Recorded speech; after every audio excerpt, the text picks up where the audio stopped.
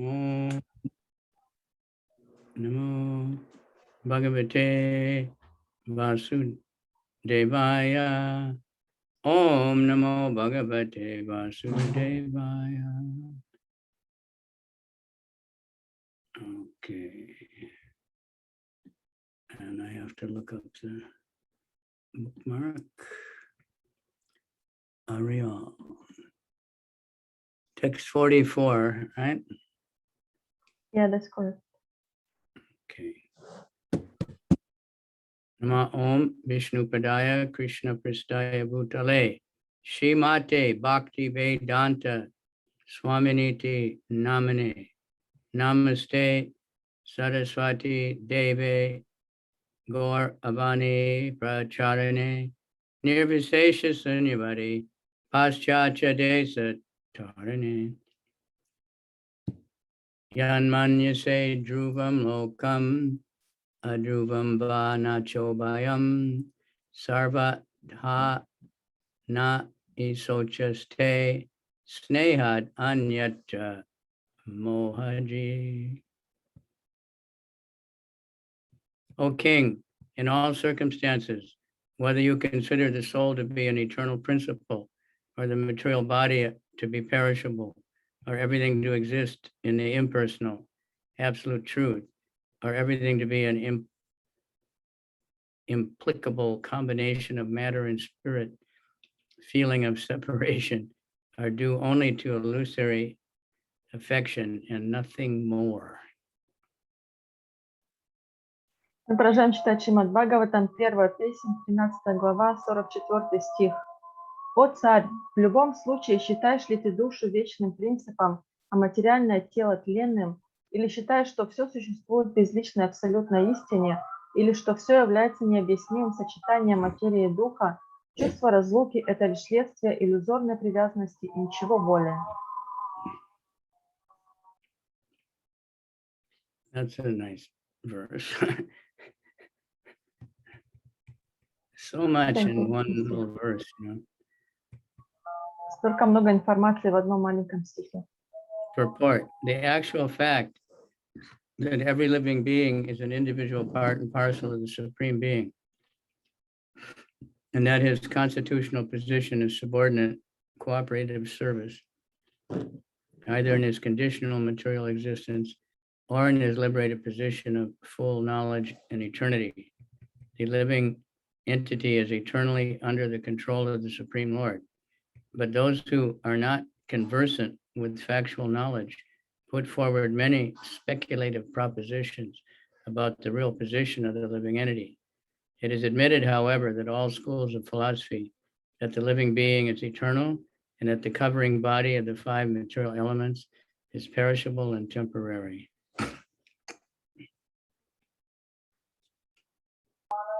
Каждое живое существо является индивидуально неотъемлемой частицей Верховного Существа, и его изначальное естественное положение – положение добровольного слуги.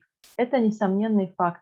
Как в своем обусловленном материальном существовании, так и в освобожденном состоянии полного знания и вечности, живое существо всегда находится во власти Верховного Господа, но те, кто не имеет истинного знания, выдвигают множество спекулятивных предположений относительно истинного положения живого существа. Все философские школы, однако, признают, что живое существо вечно, а покрывающее его тело, состоящее из 5 материальных элементов, временно и тленно.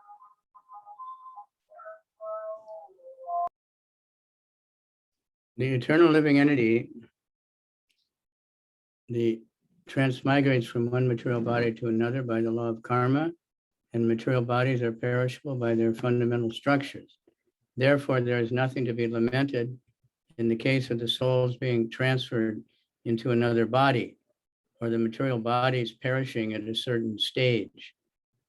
There are others who believe in the merging of the spirit soul and the Supreme Spirit when it is uncovered by the material encagement. And there are others also who do not believe in the existence of spirit or soul, but believe in tangible matter. Covers all the different wrong philosophies. Вечное живое существо переселяется из одного материального тела в другое подчиняясь закону кармы, а материальные тела разрушимы по самой своей природе.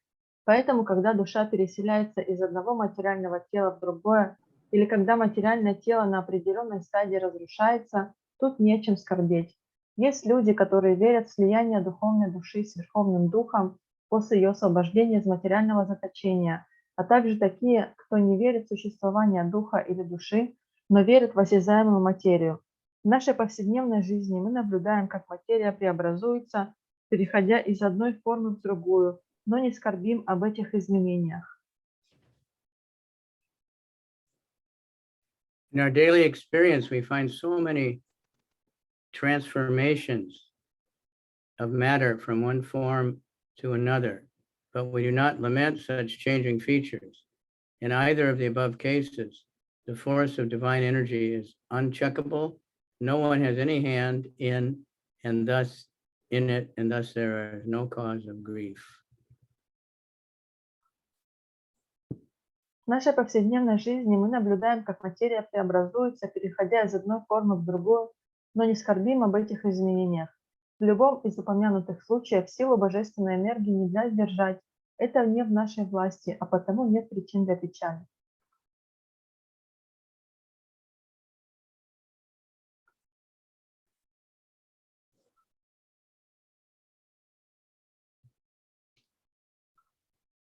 Therefore, give up your anxiety due to ignorance of the self. You are now thinking of how they, who are helpless poor creatures, will exist without you. Итак, забудь о своих тревогах, которые порождены незнанием своего «я». Ты думаешь теперь о том, как они, беспомощные и жалкие создания, будут жить без тебя.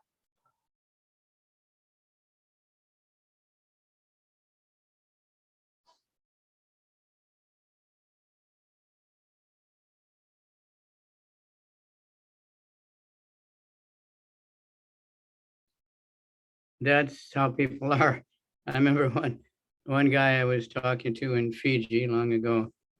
He had a big tailor shop. He had about 100 sewing machines with women working. Я помню, однажды я общался с одним парнем на Фиджи. У него был швейный магазин, там было несколько десятков швейных машин, на которых работали женщины. And he was crying. He said, before I was working by myself and I was very happy. I had no problems. Now I have all these women, and every so many days some of them don't come, and this problem, that problem, and I can't even eat anymore, more than one chapati, and I have no time for anything. And he's crying like that. И он мне жаловался, говорил, раньше я работал один, и не было никаких проблем, я был счастлив, а сейчас на меня работают все эти женщины, и иногда кто-то там болеет, кто-то не выходит на работу, и начинаются эти проблемы, те проблемы. Мне некогда даже поесть, я там ничего не успеваю, только один чапати в день, у меня ни на что не хватает времени. Then I, being a young, Hare Krishna, I said, well, why don't you just quit and go back to having a small shop by yourself? И тогда я был еще молодым преданным, и я спросил, почему бы тебе тогда не уволиться и не открыть маленький магазин, где ты опять будешь работать сам? Said, I can't do that because all these women, they depend on me, and without me, they can't live. They won't exist. Он сказал, я не могу этого сделать, потому что все эти женщины, они зависят от меня, и без меня они не смогут существовать. So that's actually nice, it feels like, but it's illusory. Это, конечно, приятно, что он так Their mother чувствует, dies when they're переживает. born, but grow up. Right. Но это является иллюзией. There's other children that have two very good parents and aunts and uncles, and they die young. И есть также хорошие дети у хороших родителей, но что-то случается, и дети умирают раньше молодыми. So when we think of our kith and kin as being helpless and dependent, it is due to ignorance. Every living creature is allowed all protection by the order of the Supreme Lord in terms of each acquired position in the world. The Lord is known as Bhuta Brit, one who gives protection to all living beings. One should discharge his duties only for no one but the Supreme Lord can give protection to anyone else. This is explained more clearly in the following. Когда мы думаем, что наши родные и близкие беспомощны и зависят от нас, это проявление нашего невежества. По велению Верховного Господа каждому живому существу оказывается всесторонняя защита в соответствии с тем положением, которое оно занимает в этом мире. Господь известен как Dhṛtarāṣṭra, то есть тот, кто защищает все живые существа. Человеку следует просто исполнять свой долг, так как никто, кроме Верховного Господа, не может никого защитить. Это более подробно объясняется в следующем стихе. Kala karma gunadino, time and karma, deho yam pancha bhotika, katam anyam stagopayat, sarpa gusto yata param. The gross material body made of 5 elements is already under the control of eternal time, kala, action, karma, and the modes of material nature, guna. How then can it, being already in the jaws of the serpent, protect others? Wonderful verses. Just really powerful. Грубым материальным телом, состоящим из 5 элементов, управляет вечное время, кала, деятельность, карма и качество материальной природы гуны. Как же может оно защитить других, если само находится в пасти змеи?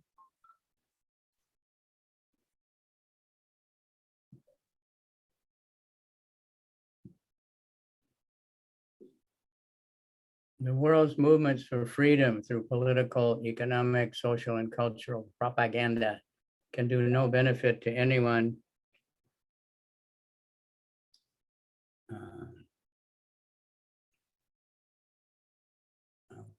for living beings are controlled by superior power. A conditioned living being is under the full control of material nature, represented by eternal time and activities under the dictation of different modes of nature. There are 3 material modes of nature, namely goodness, passion, and ignorance. Unless one is situated in the mode of goodness, one cannot see things as they are. The passionate and ignorant cannot even see things as they are. Therefore, a person who is passionate and ignorant cannot direct his activities on the right path. Only the man in the quality of goodness can help to a certain extent.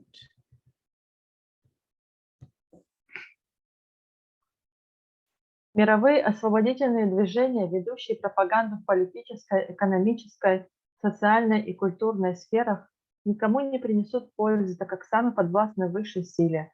Обусловленное живое существо полностью зависит от материальной природы, которую представляют вечное время и деятельность, продиктованная гунами природы.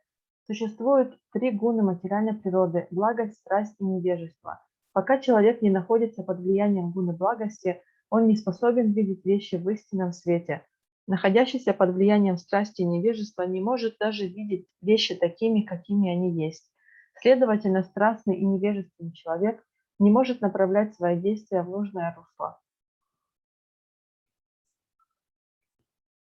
Most persons are passionate and ignorant, and therefore their plans and projects can hardly do any good to others. Above the modes of material nature is eternal time, which is called kala, because it changes the shape of everything in the material world. Even if we are able to do something temporarily beneficial, time will see that the good project is frustrated in course of time. The only thing possible to be done is to get rid of eternal time, kala, which is compared to kala sarpa, or the cobra snake, whose bite is always lethal. No one can be saved from the bite of a cobra. The best remedy for getting out of the clutches of the cobra-like kala or its integrity, the modes of nature, is bhakti yoga, as is recommended in Bhagavad Gita 14:26. Только человек, находящийся под влиянием благости, до некоторой степени способен на это. На большинство людей влияют страсти и невежество, поэтому их планы и проекты едва ли могут принести другим какую-то пользу. Над гунами природы возвышается вечное время, которая называется кала, потому что изменяет форму всего сущего в материальном мире. Даже если нам и удастся сделать что-либо, приносящее временную пользу, время позаботится о том, чтобы наш хороший план в свой срок пошел прахом. Единственное, что мы можем сделать, это избавиться от вечного времени калы, которая сравнивают с кала-сарпой, коброй, укус которой всегда смертелен. Никого нельзя спасти от ее укуса. И лучшее средство, позволяющее выбраться из пасти подобного кобре калы или неразрывно связанных с ним гун природы, это бхакти-йога, рекомендуемая в Бхагавадгите 14.26. So that's a very famous verse, this one. This is Bhagavad Gita 14:26. Mam chayo vabhicharanya bhakti yogena sevate. Sagunan samatichoita brahma bhuyaya kalpate.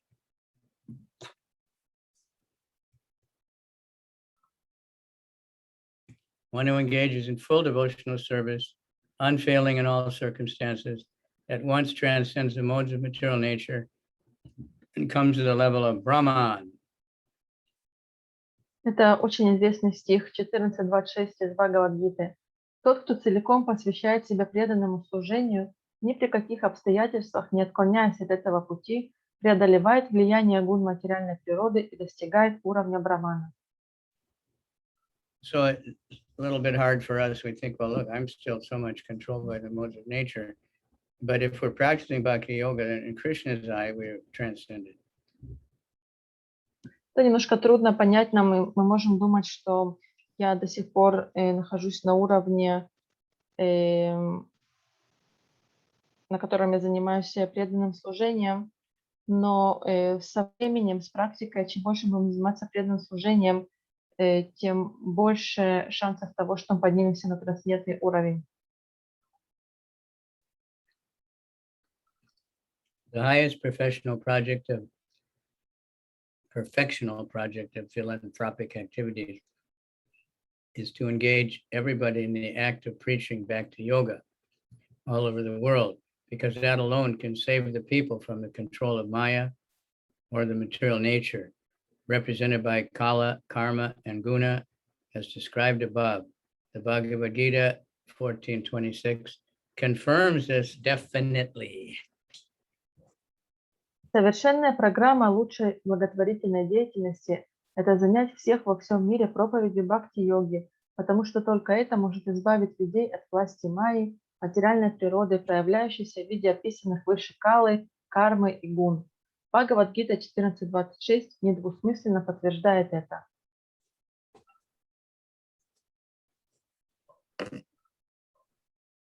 This is so many times repeated, and and people might say, you say you're the only way. Here in New York, we get a lot of people saying, Jesus said, I'm the way, no one can come to the Father but by me. But he was teaching Bhakti Yoga also, that you should just love God more than anything else. And not be, all these things. He was preaching like Vidura, give it up, all the family, he even gave up his own family, and so many things. But people don't understand what he's teaching. Most of the people don't. Это утверждение повторяется очень много раз, и люди могут сказать: о, вот вы говорите, что ваш путь, он единственный правильный. И точно так же здесь, в Нью-Йорке, очень много людей, которые говорят, что только через Иисуса мы можем прийти к Богу. Но на самом деле Иисус, он тоже проповедовал бхакти-йогу, и он проповедовал как Видура, он тоже оставил свою семью и делал все для проповеди. Многие люди, они просто не понимают его проповедь. And except for Prabhupada's purports, very few people read the Bhagavad Gita and know what Bhakti Yoga is. И кроме комментариев Шрилы Прабхупады, очень мало людей читают Бхагавад-гиту, то есть большинство не читают Бхагавад-гиту без комментариев, и очень мало кто знает о том, что такое бхакти-йога.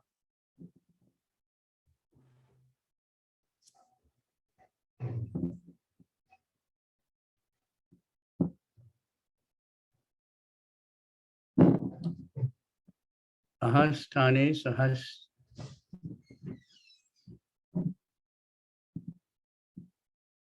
Hastani sahastanam appadani chatuspadam palguni tatra mahatam jivasya jivanam.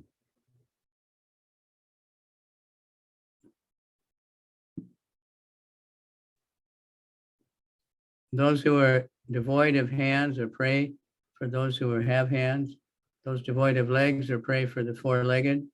The weak are the substance of the strong, the subsistence, and the general rule holds that one living being is food for another. Лишенные рук – это добыча имеющих руки. Лишенные ног – это добыча четвероногих. Слабые служат пищей для сильного. Общий закон гласит, одно живое существо является пищей для другого. So how do you say that in Russian? You have a saying? Not that I'm aware of. In America, they say the big fish eats the little fish. Oh. В Америке есть такая поговорка: большая рыба съедает маленькую. That's the summary of it. Это как бы суммирует все это, подводит итог. But this is how the material world works. Everybody's getting eaten up by somebody else. Вот так работает материальный мир. Кто-то предназначается в пищу кому-то другому. The weak are the subsistence of the strong. Powerful, rich people, if they're rich men or government, they exploit the weak. Сильные, богатые люди или государства, они эксплуатируют слабых, эксплуатируют свой народ. So the general rule holds that one living being is food for another. That's pretty powerful. И поэтому главное правило таково, что одно живое существо служит пищей другому. And the humans, they exploit everybody. They eat anything and everything. Люди, они эксплуатируют всех, они едят все, что движется. The systematic law of subsistence and the struggle for existence is there by the superior will, and there is no escape for anyone by any amount of planning.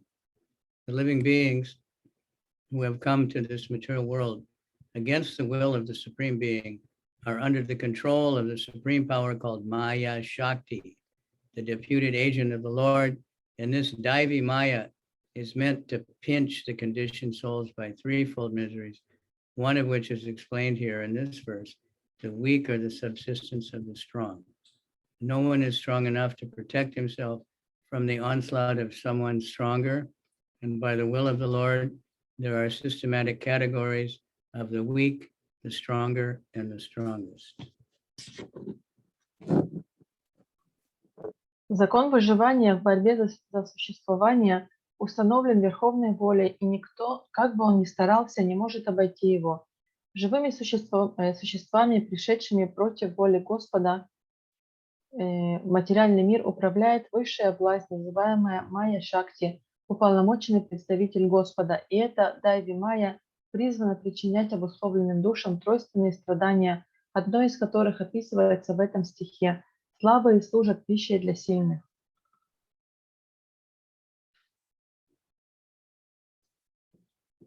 There's nothing to be lamented if a tiger eats a weaker animal, including a man, because that is the law of the Supreme Lord. But although the law states that a human being must subsist on another living being, there is a law of good sense also, for the human being is meant to obey the laws of the scriptures. Okay, very important little paragraph there, in a sense. Никто не силен настолько, чтобы отбиться от нападения более сильного. По воле Господа существует разделение на слабых, сильных и самых сильных существ. Нет смысла оплакивать более слабых животных, в том числе и человека, которых поедает тигр, поскольку таков закон Верховного Господа. Но несмотря на существование этого закона, гласящего, что человек должен жить за счет других живых существ, есть также закон здравого смысла, согласно которому человек должен повиноваться законам Писания. Obey the laws of the scriptures. This is impossible for other animals The human being is meant for self-realization, and for that purpose, he's not to eat anything which is not first offered to the Lord. The Lord accepts food preparations. He accepts from his devotee all kinds of food preparations made of vegetables, fruits, leaves, and grains.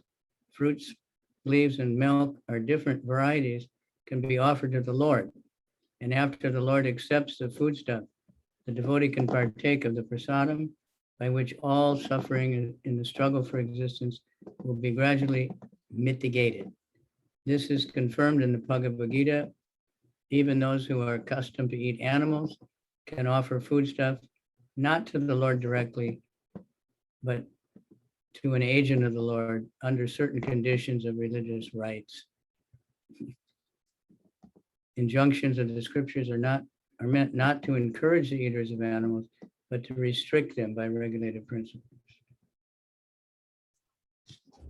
Человек должен повиноваться законам Писаний. Другим животным этого не дано. Назначение человека – самосознание, поэтому он не должен есть ничего, что не предложено сначала Господу. Господь принимает от своего преданного всевозможные блюда, приготовленные из овощей, фруктов, зелени и зерна. Господу можно предлагать фрукты, листья и молоко в различных сочетаниях, а после того, как Господь примет пищу, преданный может отведать прасад, благодаря которому со временем облегчаются все его страдания в борьбе за существование. Бхагавад-гита 9.26 подтверждает это. Даже те, кто привык поедать животных, могут предлагать эту пищу, но не самому Господу, а кому-либо из его представителей, следуя определенным религиозным ритуалам. Указания Писаний призваны не поощрять тех, кто поедает животных, а ограничивать их регулирующими принципами. One living being is a source of subsistence for the other, stronger living beings. But no one should be very anxious for his subsistence in any circumstance, because there are living beings everywhere, and no living being starves for want of food at any place. Maharaj Yudhishthira is advised by Narada not to worry about his uncle's suffering for want of food, for they could live on vegetables available in the jungle, as prasadam of the Supreme Lord, and thus realize the path of salvation.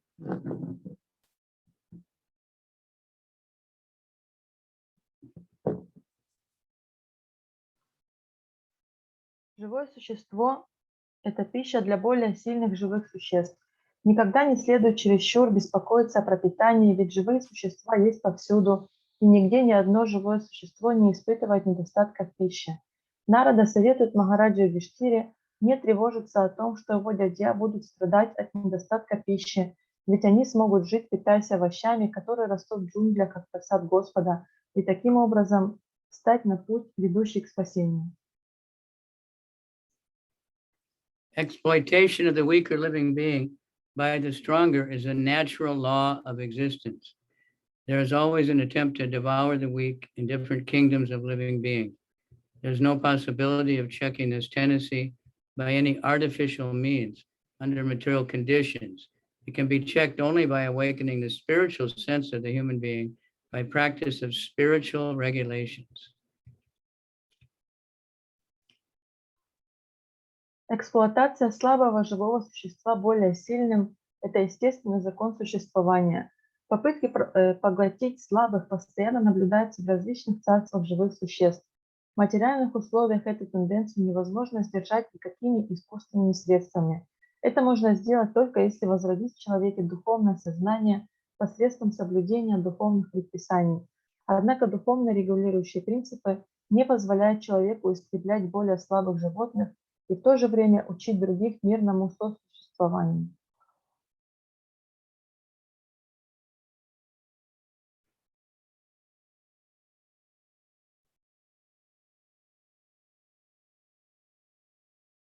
The spiritual regulated principles, however, do not allow a man to slaughter weaker animals on one side and teach others peaceful coexistence. If you do not allow the animals peaceful coexistence, how can you expect peaceful coexistence in human society? The blind leaders must therefore understand the Supreme Being and then try to implement the kingdom of God. The kingdom of God, or Ram Raj, is impossible without the awakening of God consciousness in the mass mind of the people in general of the world. Если человек не допускает мирного сосуществования с животными, как он может надеяться на то, что принцип мирного сосуществования воцарится в человеческом обществе? Поэтому слепые лидеры должны постичь Верховное Существо, а затем воплотить в жизнь идею Царства Бога. Восстановить Царство Бога или Рама Раджью невозможно, пока в умах людей всего мира не пробудится сознание Бога.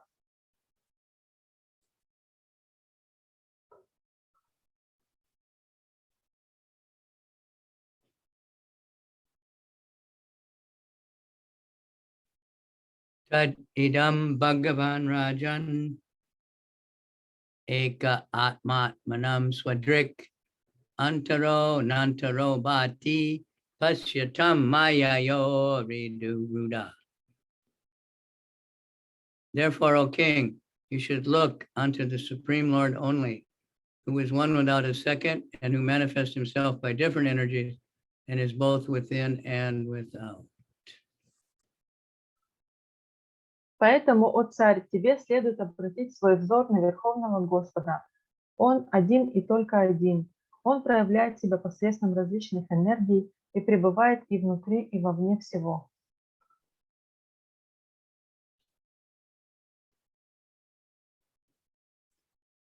Purport. The Supreme Lord, Personality of Godhead, is one without a second, but he manifests himself by different energies because he is by nature blissful. The living beings are also manifestations of his marginal energy, qualitatively one with the Lord. And there are innumerable living beings, both within and without the external and internal energies of the Lord. Therefore, the spiritual world is a manifestation of the Lord's internal energy, and living beings within the internal energy are qualitatively one with the Lord, without contamination from the external potency.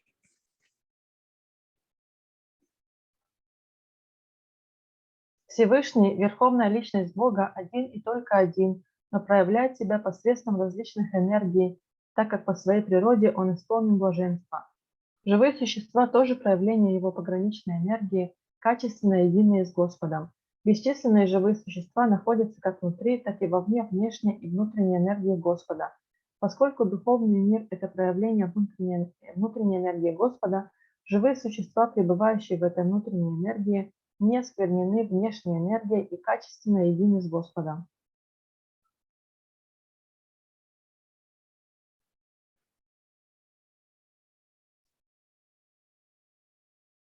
But the living beings in the external potency of the Lord, although one qualitatively with the Lord, are pervertedly manifested due to contamination of the material world.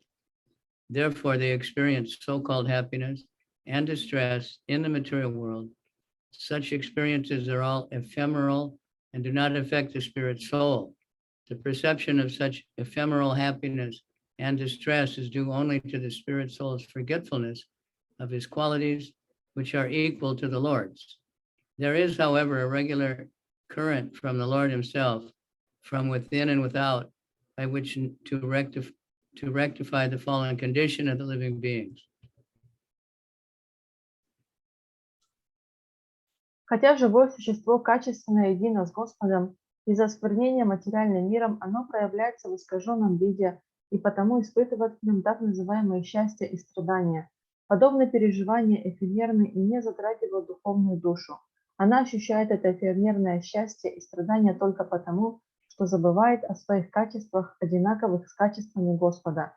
Однако сам Господь постоянно воздействует на живое существо и изнутри, и извне, исправляя падшую душу.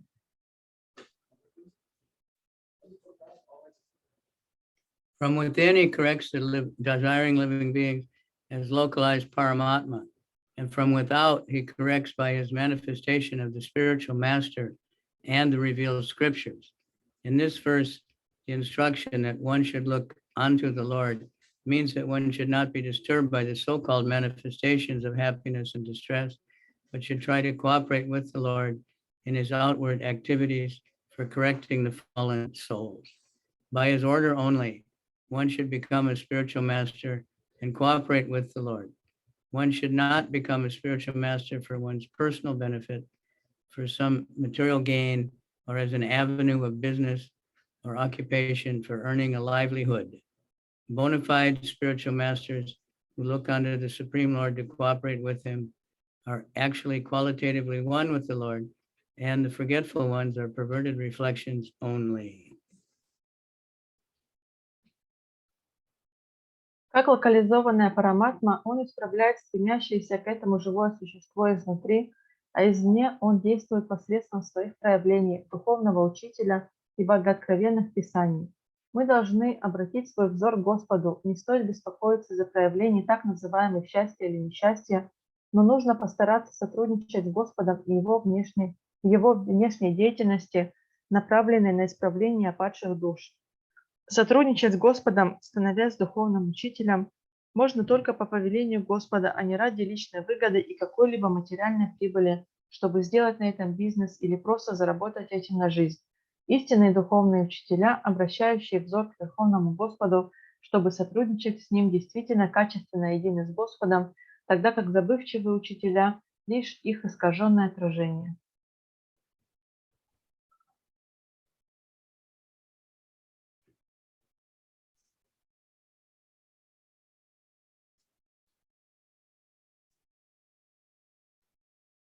Maharaj Yudhishthira is advised by Narada, therefore, not to be disturbed by the affairs of so-called happiness and distress, but to look only unto the Lord, to execute the mission for which the Lord had descended. That was his prime duty. Поэтому Нарада советует Махараджа Юдхиштхире не тревожиться из-за так называемого счастья и несчастья, а обратить свой взор только на Господа, чтобы исполнить миссию, ради которой и низошел Господь.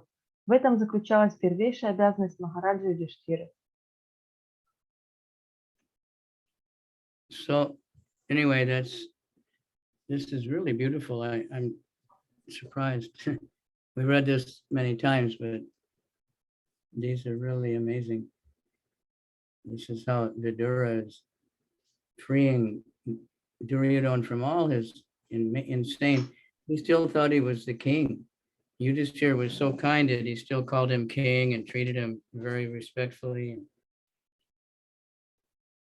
Хотя мы читали эти стихи несколько раз, но они очень удивительны. То есть удивительно то, что Dhṛtarāṣṭra после всего, что с ним случилось, после всех потерь, он до сих пор считает себя царем.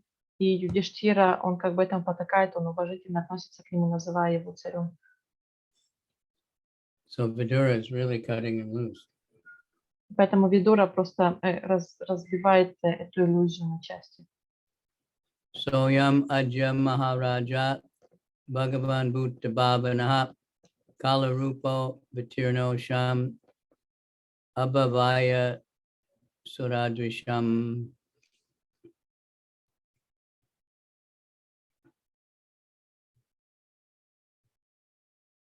The Supreme Personality of Godhead, Lord Sri Krishna, is in the guise of all-devouring time, Kala Rupa, has now descended to earth to eliminate the envious from the world. Ooh, serious job. Господь Шри Кришна, Верховная Личность Бога, сейчас низошел на землю в облике всепожирающего времени Кала Рупы, чтобы уничтожить завистливых. To eliminate the envious from the world. There are two classes of human beings, the envious and the obedient. Since the Supreme Lord is one and the Father of all living beings, the envious living beings are also his sons, but they are known as the asuras. But the living beings who are obedient to the Supreme Father are called devatas, or demigods, because they are not contaminated by the material conception of life. Not only are the asuras envious of the Lord and even denying the existence of the Lord, but they are also envious of all other living beings. The predominance of asuras in the world is occasionally rectified by the Lord when he eliminates them from the world and establishes a rule of devatas like the Pandavas. His designation as Kala in disguise is significant. He is not at all dangerous, but he is the transcendental form of eternity, knowledge, and bliss. For the devotees, his factual form is disclosed, and for the non-devotees, he appears as Kala Rupa, which is his causal form. Есть два класса людей, завистливые и послушные. Так как Верховный Господь один, и Он Отец всех живых существ, завистливые живые существа тоже являются Его сыновьями, но их называют асурами. А живых существ, послушных Верховному Отцу, называют деватами, полубогами, потому что они не осквернены материальными представлениями о жизни. Асуры завидуют не только Господу, отрицая даже само Его существование, но и остальным живым существам. Время от времени Господь избавляет мир от господства асуров, уничтожая их и устанавливая правление таких деват, как пандавы. Следует обратить внимание на то, что в этом стихе его называют принявшим облик Калы. Он совсем не страшен, ибо он есть трансцендентная форма вечности, знания и блаженства. Его истинная форма раскрывается преданным, непреданным же он является как Кала Рупа, причинная форма. Эта причинная форма Господа ненавистна асурам, и чтобы убедить себя в том, что Господь не уничтожит их, они считают, что у Господа нет формы. The causal form of the Lord is not at all pleasing to the asuras.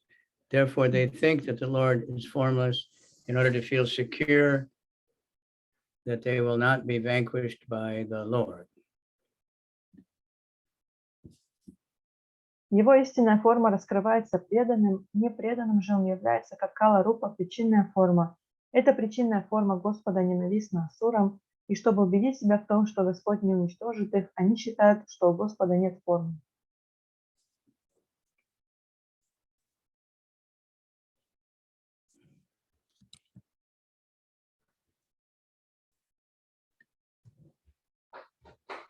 Time I am, Krishna says, and I've come to destroy everything and to engage everyone. Time represents death for the materialist. Кришна говорит, что «я есть время, и я прихожу для того, чтобы все разрушить». Для материалистов время – это значит смерть. In the second canto, it's explained that with every rising and setting of the sun, another day is gone and we're closer to death. Во второй песне Шримад Бхагаватам говорится, что с каждым восходом солнца мы становимся ближе к смерти. Except for those who are engaged in hearing the glories of the Lord. Кроме тех, кто задействован в слушании и воспевании славы Господа. It's an interesting verse, but it's anybody can understand that. They just don't take it seriously. Это интересный стих, и любой может его понять, но просто не все воспринимают его всерьез.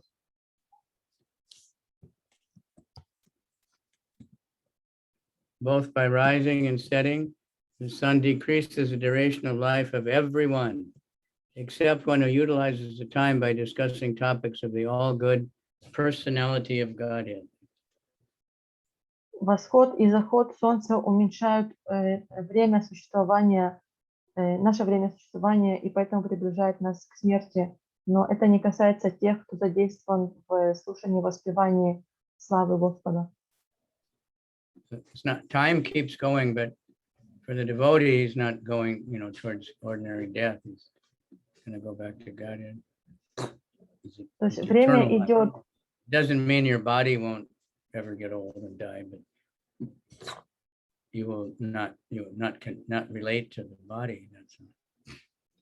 Время идет, но для преданных оно идет не так, как для обычных людей. Оно не приближает их к смерти, а приближает их к Богу. То есть это не значит, что ваше тело не состарится и не умрет, но это значит, что вы не будете отождествлять себя с вашим телом и также со смертью вашего тела. Nishpaditam deva krityam avashesam pratikshate tavad yuyam aveksadvam bhaved yavad iheshvaraha.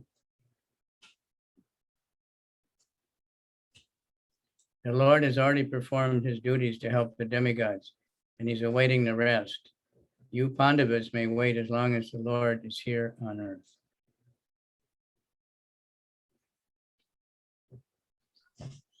Господь уже сделал все необходимое, чтобы помочь полубогам, и теперь его ожидает отдых. Вы же, пандавы, можете подождать, пока Господь находится здесь на земле.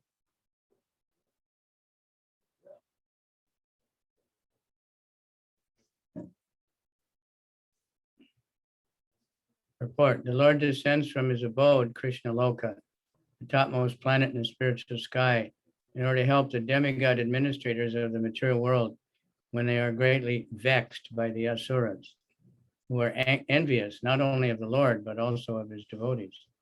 As referred to above, the conditioned living beings contact material association by their own choice, dictated by the strong desire to lord it over the resources of the material world and become imitation lords of all they survey. Everyone is trying to become an imitation god. There is keen competition among such imitation gods, and such competitors are generally known as asuras. When there are too many asuras in the world, then it becomes a hell for those who are devotees of the Lord. Due to the growth of the asuras, a mass of people who are generally devoted to the Lord by nature, and the pure devotees of the Lord, including the demigods and higher planets, pray to the Lord for relief, and the Lord either descends personally from his abode or deputes some of his devotees to remodel the fallen condition of the human society or even animal society. Когда полубогам, управляющим этим материальным миром, слишком досаждают асуры, которые завидуют не только Господу, но и его преданным, Господь нисходит из своей обители с высочайшей планеты духовного неба Кришна-Локи, чтобы помочь полубогам. Как говорилось выше, обусловленные живые существа вступают в контакт с материей по собственному выбору, движимые сильным желанием эксплуатировать ресурсы материального мира и разыгрывать из себя хозяев всего, что находится в поле их зрения. Каждый старается имитировать Бога. Между этими мнимыми богами постоянно существует жестокое соперничество, и таких соперников обычно называют асурами. Когда в мире становится слишком много асуров, для преданных Господа мир превращается в ад. Из-за того, что асуров становится все больше, люди, большинство из которых по природе являются преданными Господа, а также его чистые преданные, в том числе и полубоги с высших планет, молят Господа о помощи, и Господь либо не сходит из своей обители сам, либо посылает кого-то из своих преданных, чтобы исправить положение в деградировавшем человеческом или даже животном обществе.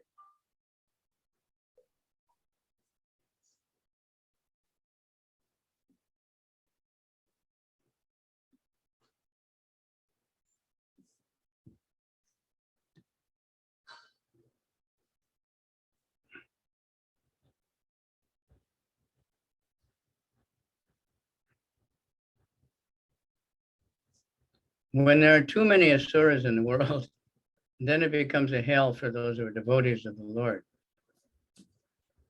Oh, I read that. Then such disruptions take place. Such disruptions take place not only in human society, but also among animals, birds, and other living beings, including the demigods and the higher planets. Lord Sri Krishna descended personally to vanquish asuras like Kamsa, Jarasandha, and Shishupal. And during the reign of Maharaj Yudhisthira, almost all these asuras were killed by the Lord. Now he was awaiting the annihilation of his own dynasty, called the Yaduvamsa, who had appeared by his will in this world. He wanted to take them away before his own departure to his eternal abode. Narada, like Vidura, did not disclose the imminent annihilation of the Yadu dynasty, but indirectly gave a hint to the king and his brothers to wait till the incident happened and the Lord departed.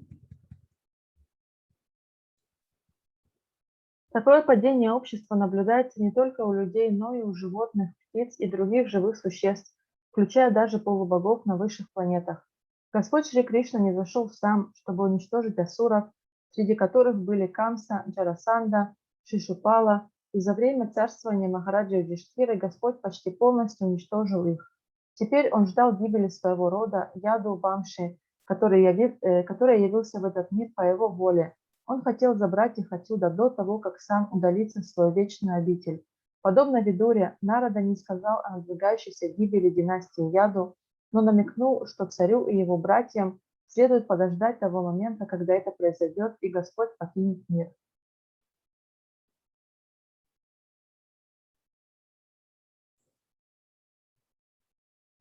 Dhṛtarāṣṭra Sahabharatra Gandharya cha Sabaryaya Dakshinena Himavata Rishinam Ashramam Gata.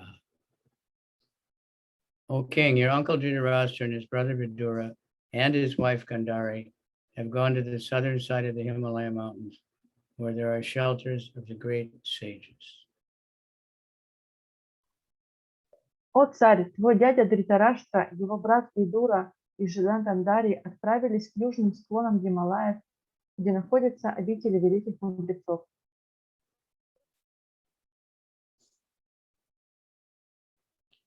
To pacify the mourning Maharaj Yudhisthira, Narada first of all spoke from the philosophical point of view. Then he began to describe the future movements of his uncle, which he could see by his foreseeing powers. Then he spoke as follows.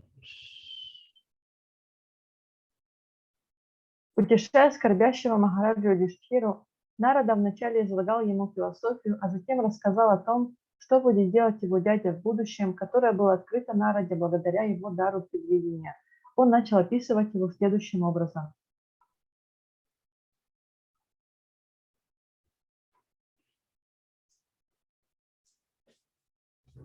Shoto bi saptabir ya boy swarduni saptada vyadat saptanam pritaye nana sapta shota pratakshate. The place called Sapta Shrota, divided by 7, because the waters of the sacred Ganges were divided into 7 branches. This was done for the satisfaction of the 7 great rishis. Это место зовется Сапта-Срота, разделенное на 7 частей, потому что там воды священной Ганги были разделены на 7 потоков. Это было сделано для удовлетворения 7 великих риши. Snatva nu savanam tasmin utva chagnin yata vidi abhaksha upasantatma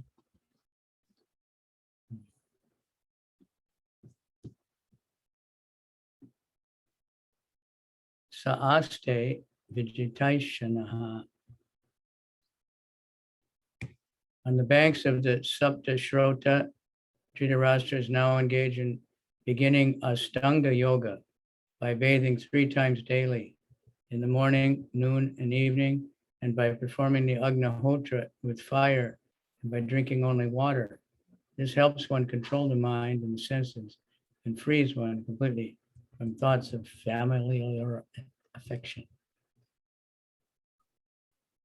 Теперь, находясь на берегу Сапта-Сроты, Dhṛtarāṣṭra приступил к практике Аштанга-йоги 3 в день, утром, в полдень и вечером, принимая омовение, совершая огненное жертвоприношение Агни-Готру и вместо пищи употребляя только воду. Это помогает человеку контролировать ум и чувства и полностью избавляет его от мыслей о семейных привязанностях.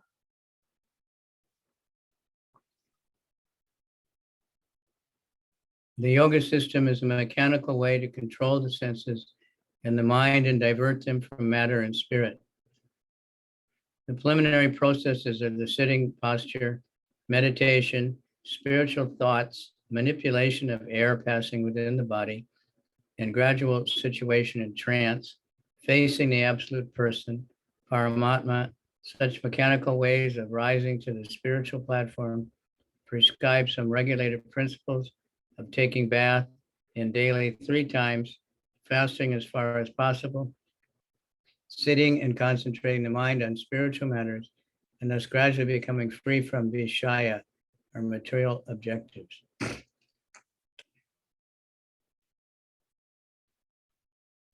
Система йоги– это механический метод управления чувствами и умом и переключения их деятельности с материи на дух. Подготовительный процесс включает в себя различные позы тела, медитацию, размышления о духовном, управление потоками воздуха в теле и постепенное погружение в транс.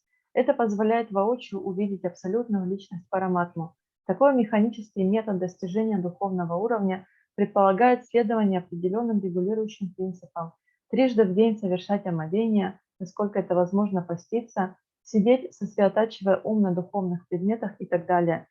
Таким образом можно постепенно избавиться от вишай материальных стремлений.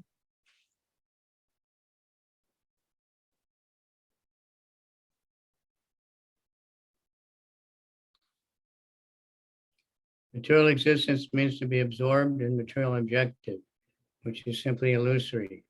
House, country, family, society, children, property, and business are some of the material coverings of the spirit or Atma. And the yoga system helps one to become free from all these illusory thoughts and gradually turn the mind toward the absolute person, Paramatma. By material association and education, we learn simply to concentrate on flimsy things, but yoga is the process of forgetting them altogether.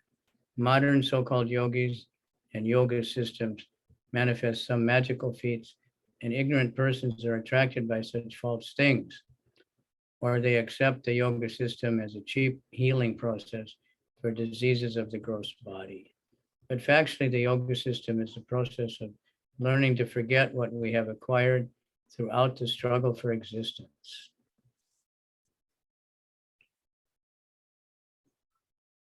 Материальное существование характеризуется тем, что человеком овладевают материальные стремления, которые являются всего лишь иллюзией. Дом, родина, семья, общество, дети, собственность и бизнес– вот некоторые из материальных оболочек, покрывающих дух атму, и система йоги помогает избавиться от всех этих иллюзий и со временем обратиться к абсолютной личности Параматме. Материальное общение и образование учат нас только одному – как сосредотачиваться на эфемерных вещах, а йога– это метод, позволяющий полностью забыть о них. Современные так называемые йоги и системы йоги демонстрируют некоторые магические трюки, и такие фокусы привлекают невежественных людей, или же они принимают йогу за дешевый метод лечения болезней грубого тела.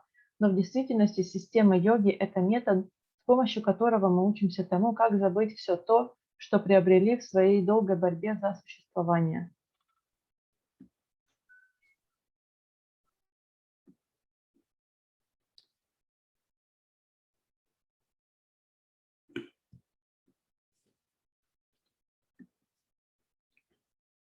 Dhṛtarāṣṭra was all along engaged in improving family affairs by raising the standard of living for his sons or by usurping the property of the Pandavas for the sake of his own sons. These are common affairs for a man grossly materialistic and without knowledge of the spiritual force. He does not seek how this can drag one from heaven to hell. By the grace of his younger brother, Vidura, Dhṛtarāṣṭra was enlightened and could see his grossly illusory engagements, and by such enlightenment, he was able to leave home for spiritual realization. Sri Narada was just foretelling the way of his spiritual progress in the place which was sanctified by the flow of the celestial Ganges. Drinking water only, without solid food, is also considered fasting. This is necessary for advancement in spiritual knowledge.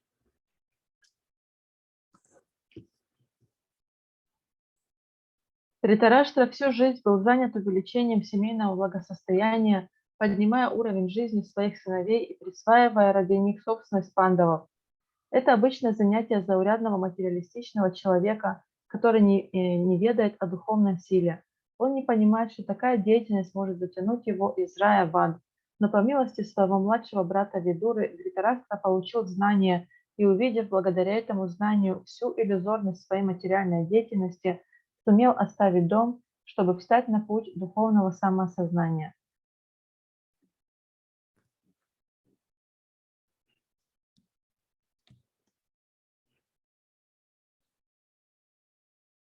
A foolish man wants to be a chief yogi without observing the regulated principles. A man who cannot first control his tongue can hardly become a yogi. Yogi and bogi are two opposite terms. The bogi, or the merry man who eats and drinks, cannot be a yogi, for a yogi is never allowed to eat and drink unrestrictedly. We may note with profit how Dhṛtarāṣṭra began his yoga system by drinking water only and sitting calmly in a place with a spiritual atmosphere, deeply absorbed in thoughts of the Lord Hari, the personality of Godhead. Шри Нарада Дева в этом стихе предсказывает, какого духовного прогресса он достигнет в месте, освященном водами небесной Ганги. Употребление одной воды без твердой пищи – это тоже пост. Он необходим для прогресса в духовном познании. Глупец хочет стать так называемым йогом, не соблюдая никаких регулирующих принципов. Но человек, который не владеет даже собственным языком, едва ли сможет стать йогом. Йоги и боги, бхоги – это два противоположных понятия. Бхоги, то есть весельчак, который только ест да пьет, не может быть йогом, потому что йогу не разрешается есть и пить без ограничений. Следует обратить внимание на то, как Dhṛtarāṣṭra начал практиковать систему йоги. Устроившись в месте, где атмосфера была духовной, и питаясь только водой, он погрузился в размышления о Господе Хари, личности Бога. You have to excuse me for a few minutes. I'll be back. You can have a little kirtan break, please. У нас апсака. Харе Кришна, Кришна Кришна, Харе Харе, Харе Рама, Рама Рама, Харе Харе, Харе Кришна, Кришна Кришна, Харе Харе, Харе Рама, Рама Рама, Харе Харе, Харе Кришна, Кришна Кришна, Харе Харе, Харе Рама, Рама Рама, Харе Харе, Харе Кришна, Кришна Кришна, Харе Харе, Харе Рама, Рама Рама, Харе Харе, Харе Кришна, Кришна Кришна, Харе Харе, Харе Рама, Рама Рама, Харе Харе, Харе Кришна, Кришна Кришна, Харе Харе, Харе Рама, Рама Рама, Харе Харе, Харе Кришна, Кришна Кришна, Харе Харе, Харе Рама, Рама Рама, Харе Харе, Харе Кришна, Кришна Кришна, Харе Харе, Харе Рама, Рама Рама, Харе Харе, Харе Кришна, Кришна Кришна, Харе Харе, Харе Рама, Рама Рама, Харе Харе, Харе Кришна, Кришна Кришна, Харе Харе, Харе Рама, Рама Рама, Харе Харе, Харе Кришна, Кришна Кришна, Харе Харе, Харе Рама, Рама Рама, Харе Харе, Харе Кришна, Krishna Krishna Hare Hare, Hare Rama Hare Rama, Rama Rama Hare Hare, Hare Krishna Krishna Krishna Hare Hare,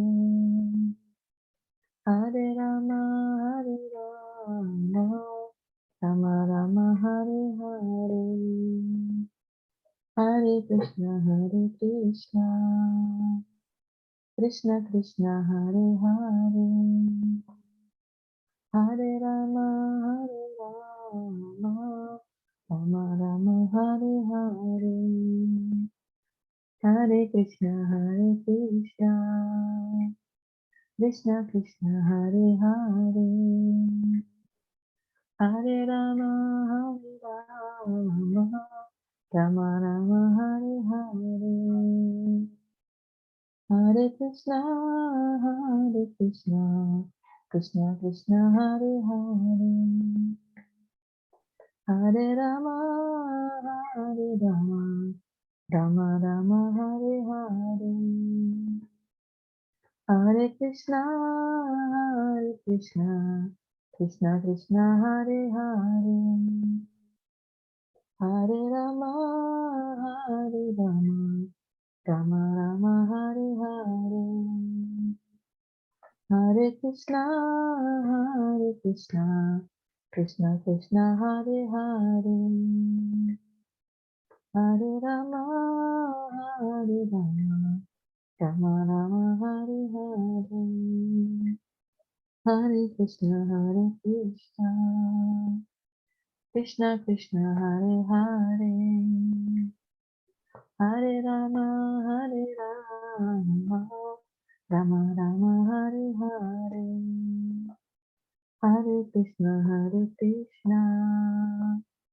Krishna Krishna Hare Hare, Hare Rama Hare Rama, Rama Rama Hare Hare, Hare Krishna Krishna Krishna Hare Hare, Hare Rama Hare Rama, Rama Rama Hare Hare, Hare Krishna Krishna Krishna Hare Hare, Hare Rama Hare Rama, Rama Rama Hare Hare, Hare Krishna Krishna Krishna Hare Hare, Hare Rama Hare Rama, Rama Rama Hare Hare, Hare Krishna Krishna Krishna Hare Hare,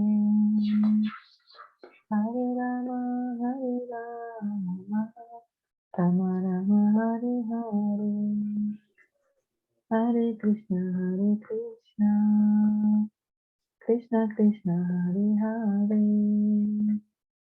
Hare Rama Hare Rama, Rama Rama Hare Hare. Prabhupada ki jai. All right, I am back. Let me become serious like Vidura and be able to get people to take a book. You know, people are nice people, they give, like now some lady just calling the temple, she wants to give $2,000, you know, Oh, really? but when you go for book distribution, you know, some people just right away, they give $10, $20, you know, without thinking about it. And other people just don't want to give a penny. I was talking to one guy, he has a stand selling drinks and lottery tickets, and one Gujarati man. When one guy came up and just $100, he bought 2 lottery tickets, you know, just no problem. And he knows he's not going to win. If Guru you Maharaj give, рассказывает, you win unlimited returns, you know. Рассказывают про Санкиртану, что он бы хотел быть таким серьезным, как Видура, и быть способным распространять книги. И иногда хорошие люди, они сразу дают какое-то пожертвование, $10-20. Или, например, сейчас одна Матаджи звонила в храм, она хочет пожертвовать $2000. Но есть люди, которые не готовы дать даже копейку за книгу. Как, например, он общался с одним парнем, который торгует напитками и лотерейными билетами, и у людей нет проблем просто подойти так отдать $100 за лотерейный билет, хотя они знают, что они не выиграют. Но книги они покупать не хотят. Then there was a lady there, and she saw that, he knew what he was talking about. So she asked him, and he said, the Powerball or something, it's $260 million if you win. Но потом подошла другая женщина, и она говорила, что там есть какой-то вид лотереи, за который можно выиграть там $260 миллионов. But he said you have a better chance of getting hit by lightning than winning. But he's doing it anyway. Он объяснил, что у вас есть больше шансов, что вас убьет молнией, чем вы выиграете лотерею. Но, тем не менее, этот мужчина, который только что купил билет за $100, он продолжает их покупать. I didn't have books on me, but I'm sure if I would ask him, he would say, "Oh no, I don't have any money." He'd be one of those guys. У меня тогда не было с собой книг, но я уверен, что если бы я предложил этому мужчине книгу, то он бы сказал: нет, у меня нет денег. They don't have money for Krishna. They have money for Maya. У них нет денег на Кришну, у них есть деньги на Майю.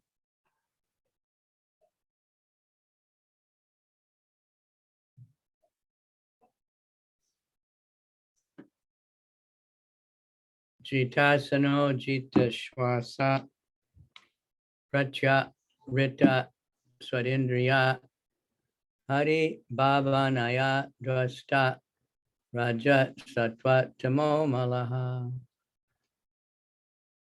One who has controlled the sitting postures, the yoga asanas, and the breathing process can turn the senses toward the absolute personality of Godhead and thus become immune to the contaminations of the modes of material nature, namely mundane goodness, passion, and ignorance. Тот, кто освоил сидячие позы тела, йогические асаны и управляет дыханием, может направить свои чувства на абсолютную личность Бога и тем самым стать невосприимчивым к скверне гун материальной природы, благости, страсти и невежества.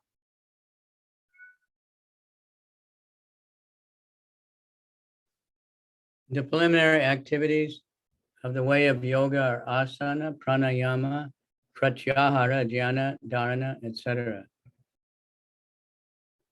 Maharaj Dhṛtarāṣṭra was to attain success in these preliminary actions because he was seated in a sanctified place and was concentrating on the one objective, namely the Supreme Personality of Godhead, Hari.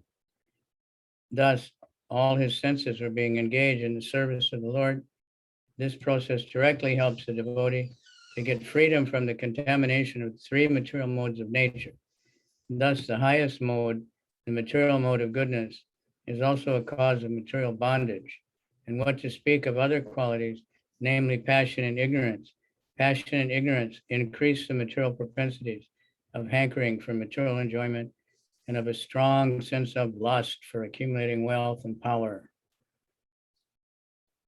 One who has conquered these two base mentalities and has raised himself to the platform of goodness, which is full of knowledge and morality, cannot also control the senses, namely the eyes, the tongue and nose, the ear and touch. The one who has surrendered himself unto the lotus feet of Lord Hari, as above mentioned, can transcend all influences of the mode of material nature and be fixed in the service of the Lord. Асана, пранаяма, пратьяхара, дьяна, дхарана и так далее – начальные ступени йоги. Махараджа Dhṛtarāṣṭra должен был успешно пройти их, поскольку находился в освященном месте и сосредоточивался на одной цели – верховной личности Бога Хари. Таким образом, все его чувства были заняты служением Господу. Этот метод помогает преданному сразу избавиться от загрязнения тремя гунами материальной природы. Даже высшая материальная гуна, благость, не говоря уже о других качествах, страсти и невежестве, служит причиной материального рабства. Страсть и невежество усиливают материальные наклонности, то есть жажду материальных наслаждений, а сильное чувство вожделения подталкивает человека к накоплению богатства в борьбе за власть. Но и тот, кто преодолел эти низменные стремления ума и поднялся на уровень благости, которой присущи нравственность и знание, еще не может владеть своими чувствами, глазами, языком, носом, ушами и осязанием. Однако, как уже говорилось, тот, кто предался лотосным стопам Господа Хари, способен выйти из-под влияния гун материальной природы и утвердиться в служении Господу.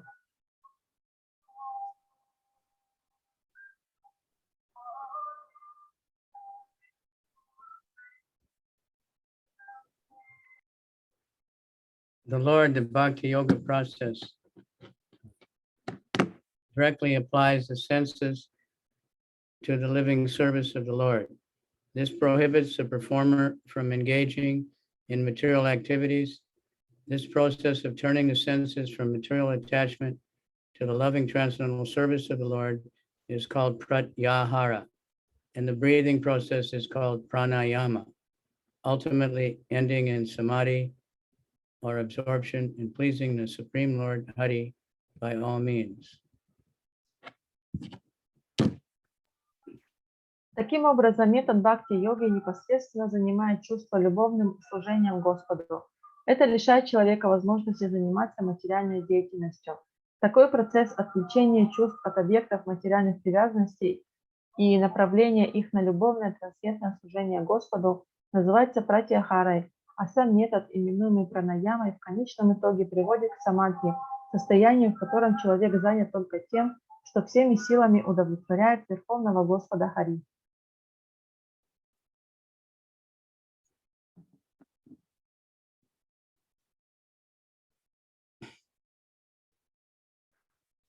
Vigyan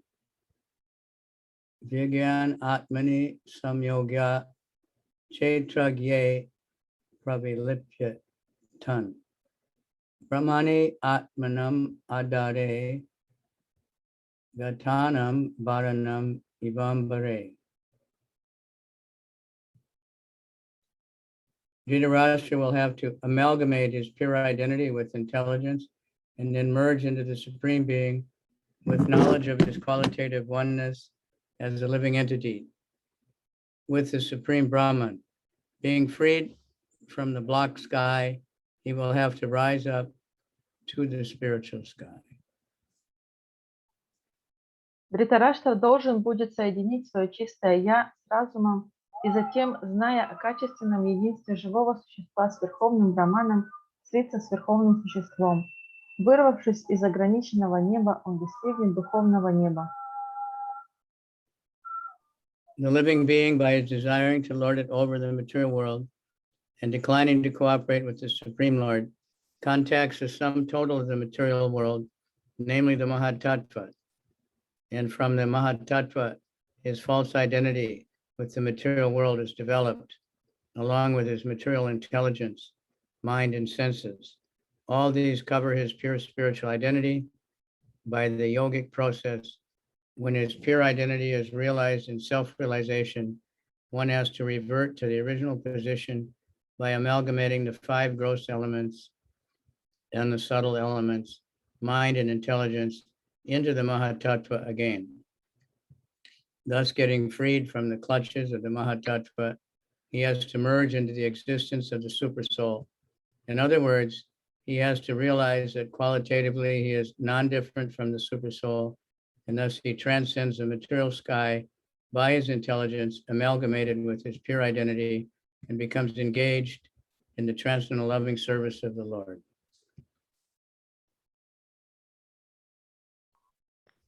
Желая господствовать над материальным миром и уклоняясь от сотрудничества с Верховным Господом, живое существо вступает в контакт с совокупной энергией материального мира, Махататтвой, из которой развивается его чувство ложного отождествления себя с материальным миром, разумом, умом и чувствами.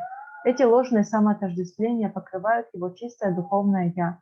Когда же в процессе самоосознания живое существо осознает свое чистое «Я», оно должно с помощью йоги восстановить свое изначальное положение, вновь погрузив 5 грубых элементов, а также тонкий ум и разум в Махататтву. Вырвавшись таким образом из тисков Махататтвы, оно должно слиться с бытием сверхдуши. Иначе говоря, оно должно осознать, что качественно не отличается от сверхдуши, и, поднявшись тем самым с помощью своего чистого, самосущего разума над материальным небом, посвятить себя трансцендентному любовному служению Господу. This is the highest perfectional development of spiritual identity, which is attained by Dhṛtarāṣṭra by the grace of Vidura and the Lord. The Lord's mercy was bestowed upon him in the form of personal contact with Vidura, and when he was actually practicing the instructions of Vidura, the Lord helped him to attain the highest perfectional stage. Такова высшая ступень совершенства развития духовного «Я», и Dhṛtarāṣṭra по милости Видуры и Господа достиг ее. Господь явил ему свою милость, дав возможность общаться с Видурой, а когда он применил наставления Видуры на практике, Господь помог ему достичь высшей стадии совершенства. A pure devotee of the Lord does not live on any planet of the material sky, nor does he feel any contact with material elements. His so-called material body does not exist, being surcharged with the spiritual current of the Lord's identical interest, and thus he is permanently freed from all contaminations of the sum total of the Mahatattva. He is always in the spiritual sky, which he attains by being transcendental to the sevenfold material covering by the effect of devotional service. The conditioned souls are within the coverings, whereas the liberated soul is far beyond the covering. Чистый преданный Господа не живет на планетах материального неба и не ощущает соприкосновения с материальными элементами. Его так называемое материальное тело не существует, поскольку его пронизывает духовный поток воли Господа, не отличный от его собственной воли, и поэтому он вечно свободен от всякого осквернения совокупностью Махататтвы. Он всегда пребывает в духовном небе, которого достигает с помощью своего преданного служения, став трансцендентным к семислойному материальному покрытию. Обусловленные души заключены в эти оболочки, освобожденная же душа пребывает неизмеримо выше их.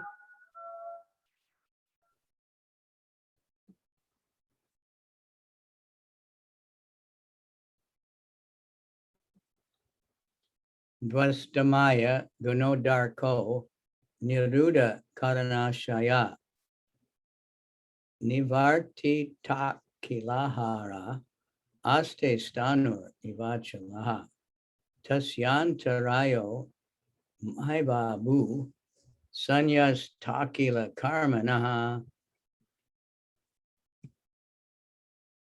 He will have to suspend all actions of the senses, even from the outside, will have to be impervious to interactions of the senses, which are influenced by the modes of material nature.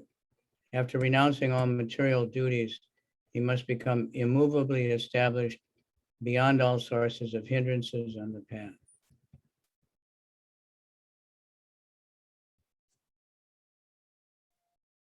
Он должен будет затормозить всю деятельность чувств, даже внешнюю, и стать невосприимчивым к взаимодействию чувств, находящихся под влиянием гун материальной природы.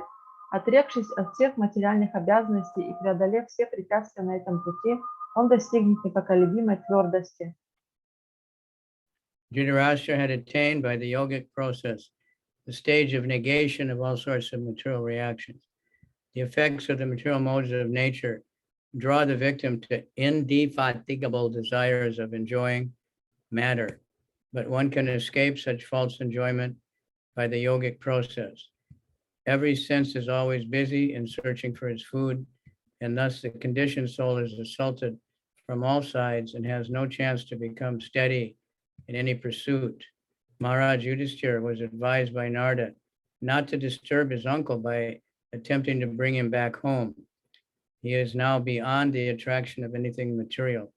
The material modes of nature, the gunas, have their different modes of activities, but above the material modes of nature is a spiritual mode, which is absolute. Nirguna means without reaction. The spiritual mode and its effect are identical Therefore, the spiritual quality is distinguished from its material counterpart by the word nirguna. After complete suspension of the material modes of nature, one is admitted to the spiritual sphere. An action dictated by the spiritual mode is called devotional service or bhakti. Bhakti is therefore nirguna, a state one attains by direct contact with the Absolute.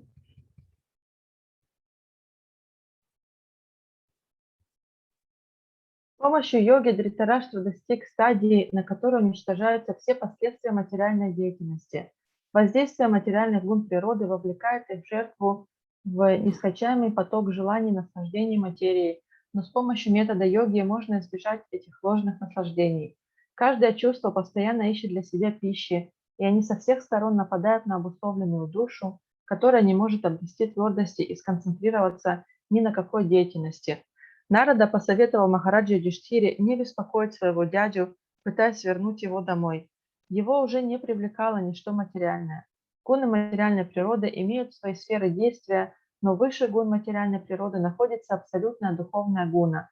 Ниргуна означает без последствий. Духовная гуна и последствия деятельности в ней тождественны друг другу, поэтому, чтобы отличить духовное качество от его материальной противоположности, его называют ниргуной. Полностью избавившись от воздействия гун материальной природы, человек получает доступ в духовную сферу, а деятельность, которой управляют духовные гуны, называется преданным служением или бхакти. Следовательно, бхакти – это ниргуна, досягаемая благодаря непосредственному контакту с Абсолютом.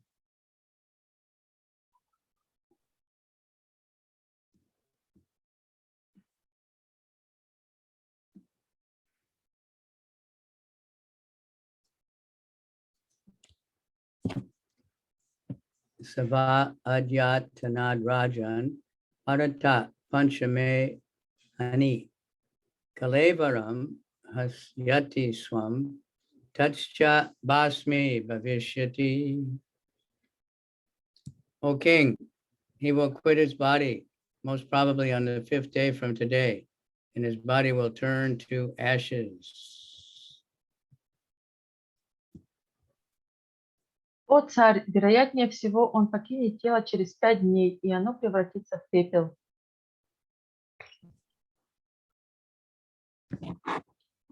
Narada Muni's prophecy prohibited Yudhishthira from going to the place where his uncle was staying, because even after quitting his body by his own mystic power, Dhṛtarāṣṭra would not be in need of any funeral ceremony. Narada indicated that his body by itself would burn to ashes. The perfection of the yoga system is attained by such mystic power. The yogi had quit his body by his own choice of time and can attain any planet he desires by turning the present body into ashes by self-made fire. Своим предсказанием Нарада Муни предупредил намерение Махараджи Юдхиштхиры отправиться туда, где остановился его дядя, так как Dhṛtarāṣṭре, который должен был покинуть тело с помощью собственной мистической силы, не нужны были никакие погребальные церемонии. Нарада Муни дал ему понять, что его тело само сгорит дотла.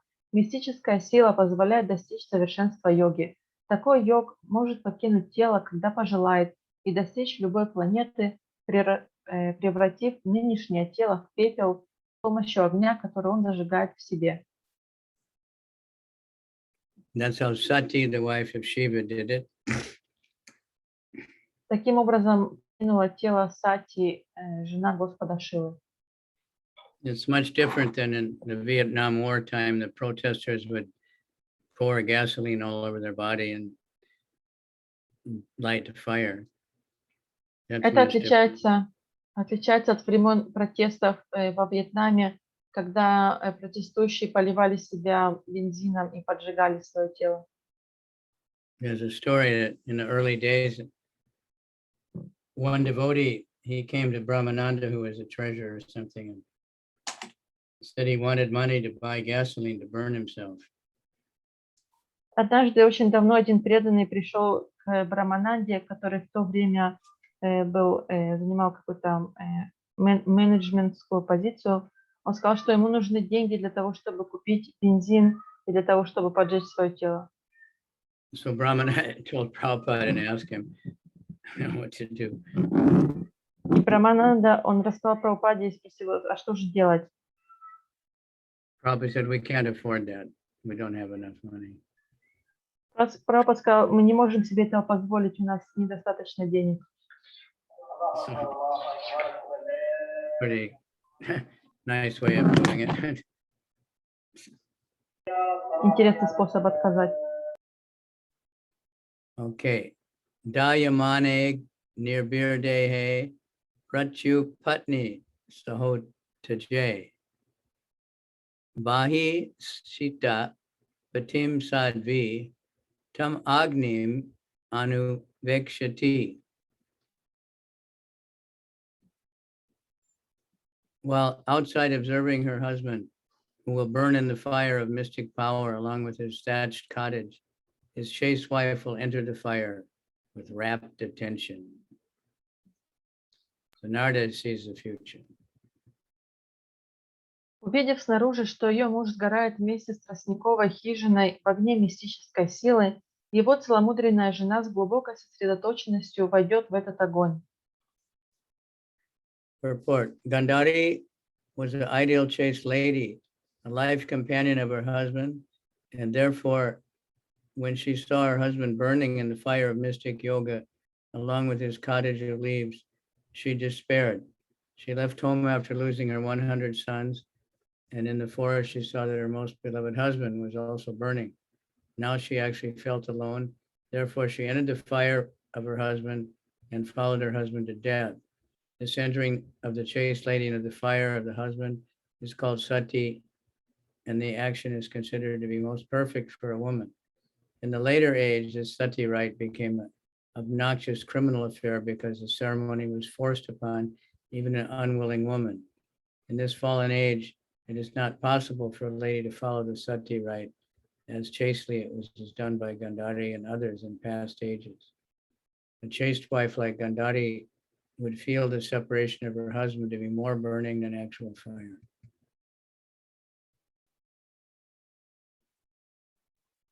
Гандари была идеальной целомудренной женщиной, спутницей жизни своего мужа. Поэтому, увидев, как ее муж сгорает вместе с тростниковой хижиной в огне мистической йоги, она пришла в отчаяние. Она покинула дом, потеряв 100 своих сыновей, а теперь в лесу наблюдала, как охваченный пламенем сгорает ее любимый муж. Тут она действительно ощутила свое одиночество и вошла в огонь, последовав за своим мужем и к смерти. Когда целомудренная женщина входит в огонь, сжигающий ее покойного мужа, это называется обрядом сати, и считается, что если женщина исполнила его, то она достигла совершенства. Позже обряд сати превратится в омерзительное преступление, так как его стали проводить насильно, даже вопреки желанию женщины. В эту эпоху деградации ни одна женщина не способна совершить его так же целомудренно, как Гандари и другие женщины прошлого. Целомудренную жену, подобную Гандари, разлука с мужем жгла сильнее, чем огонь.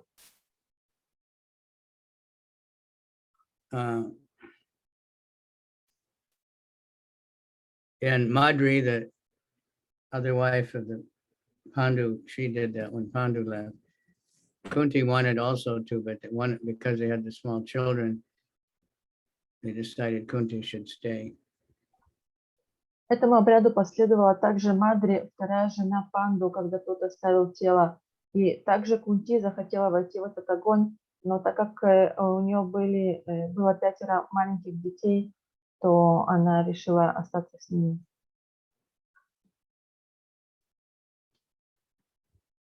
But modern age, they force women to do that because the village or the family, they don't want to take care of a widow, a young widow or something. And so the British saw that and they banned it. No, it's illegal. Nobody's so mad. Но в современном обществе этот обряд проводили насильно, потому что никто в семье не хотел брать на себя заботу об овдовевшей женщине, особенно если она была молода. И британцы, когда они правили Индией, они увидели это, они запретили этот обряд, поэтому сегодня он считается нелегальным.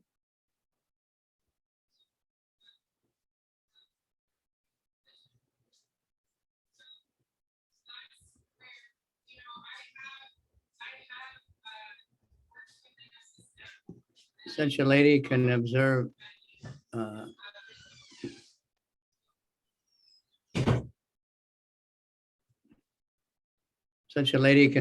the sati light voluntarily.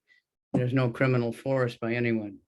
When the rite became a formality only and force was applied upon the lady to follow the principle, it became criminal. Therefore, the ceremony was stopped by state law.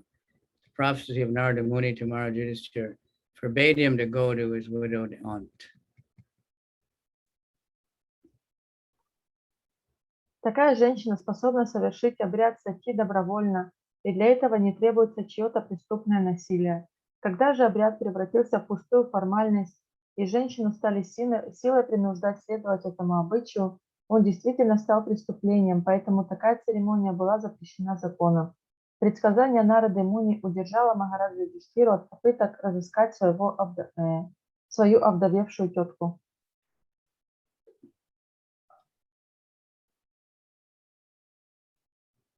Okay.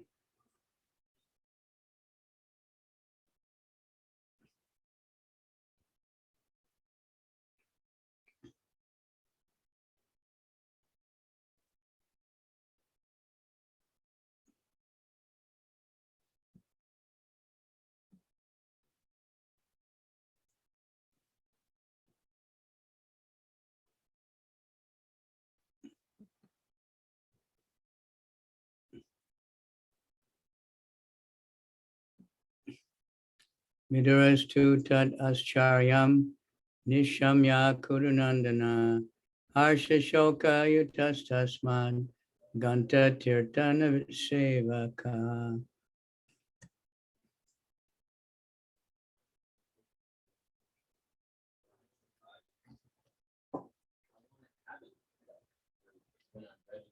Vidura, being affected with delight and grief, will then leave for sacred places of pilgrimage. Видура, охваченный одновременно и радостью, и горем, покинет это священное место паломничества. Affected with delight and grief. Охваченный одновременно и радостью, и горем. And Vidura had already just come back from many years of traveling, and again he just left. He had no taste for the kingdom. He could have stayed and was highly honored, very comfortable. Он только что вернулся после длительного путешествия, но он покинул сразу же дворец, потому что он не был заинтересован в том, чтобы остаться, хотя у него была такая возможность. Vidura was astonished to see the marvelous departure of his brother Dhṛtarāṣṭra as a liberated yogi, for in his past life he was so much attached to materialism. Of course, it was only due to Vidura that his brother attained the desirable goal of life. Vidura was therefore glad to learn about it, but he was sorry that he cannot make his brother turn into a pure devotee. This was not done by Vidura because Dhṛtarāṣṭra is being inimical to the Pandavas, who are all devotees of the Lord. An offense at the feet of a Vaishnava is more dangerous than an offense at the feet of the Lord. Видуру поразило, что его брат Dhṛtarāṣṭra покинул этот мир таким удивительным образом, как освобожденный йог, хотя всю жизнь был материалистом. Разумеется, только благодаря Видуре его брат достиг желаемой цели жизни, и Видура был рад узнать об этом. Но он сожалел о том, что не смог обратить своего брата в чистого преданного. Этого не произошло из-за враждебного отношения Dhṛtarāṣṭры к пандавам, преданным Господа.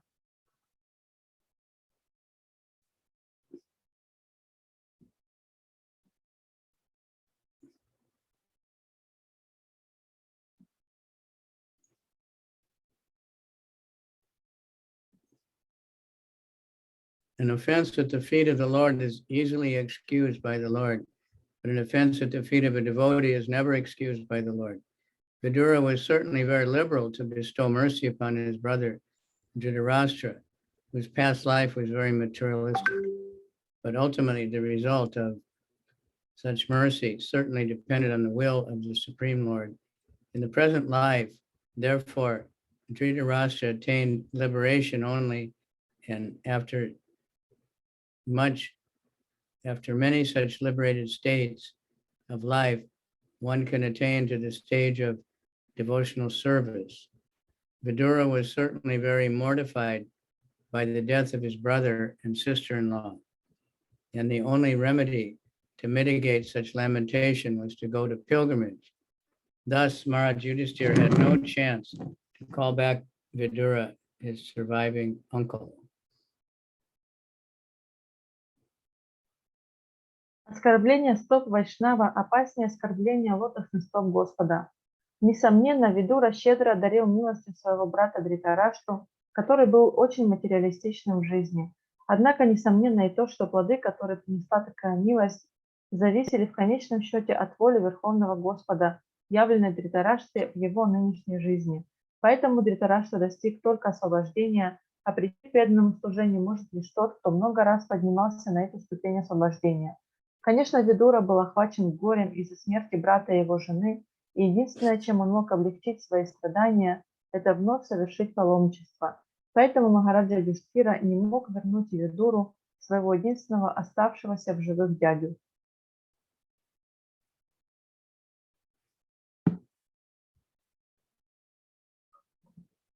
Okay, time is up. Again, starts Oh, it goes so fast sometimes. There's only one verse left. Maybe we can finish this. We want to finish the chapter, huh? Yeah. Okay, easy enough. Ityuk twat tar uhat swargam narada saha tumburu yudhishthiro vachastasya ridi kritva jahach chuchaha.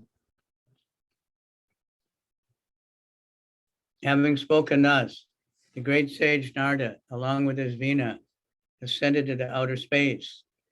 Yudhishthira kept his instruction in his heart and so was able to get rid of all lamentation. Сказав это, великий мудрец Нарада со своей виной вознесся в космос. Юдхиштхира же, храня его наставление в сердце, сумел избавиться от скорби.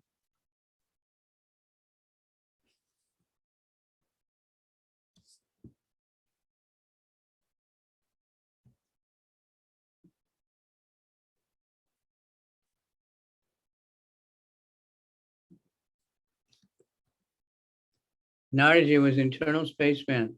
Having been endowed with a spiritual body by the grace of the Lord, he can travel in outer space with both the material and spiritual worlds without restriction and can approach any planet in unlimited space within no time.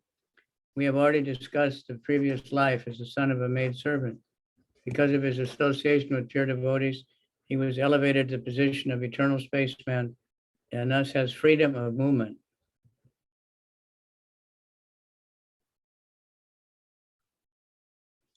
Шри Нарададжи, вечный космонавт, наделенный по милости Господа духовным телом. Он может беспрепятственно путешествовать в космосе по материальным и духовным мирам и способен в мгновение ока достичь любой планеты в безграничном пространстве. Мы уже описывали его прошлую жизнь, когда он был сыном служанки. Благодаря общению с чистыми преданными он достиг положения вечного космонавта и стал свободен в своих передвижениях.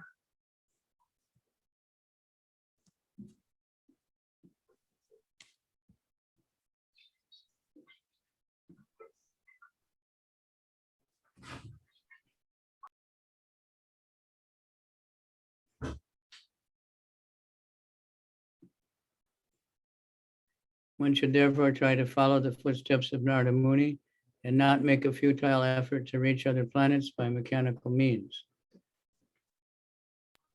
Maharaj Yudhishthira was a pious king, therefore he could see Narada Muni occasionally.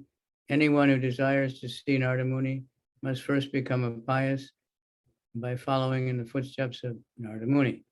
Thus end the Bhaktivedanta purport to the first canto, 13th chapter, Dhṛtarāṣṭra Quits Home.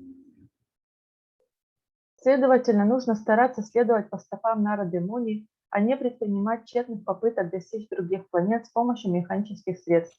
Махараджа Юдхиштхира был добродетельным царем, и поэтому мог иногда видеть Нараду Муни. Каждый, кто хочет увидеть Нараду Муни, должен сначала стать добродетельным и следовать по стопам Нарады Муни. Так заканчивается комментарий Бхактивиданты к 13 главе 1 песни Шримад Бхагаватам, которая называется «Dhṛtarāṣṭra покидает свой дом».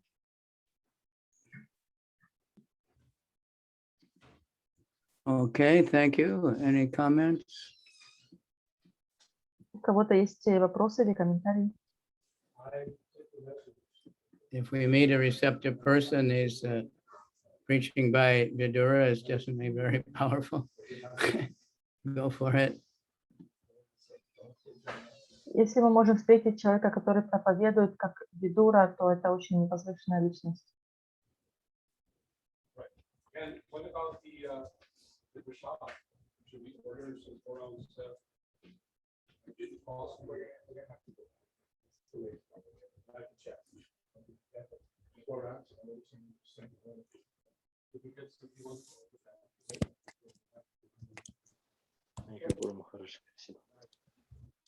So far, we haven't had any plans to.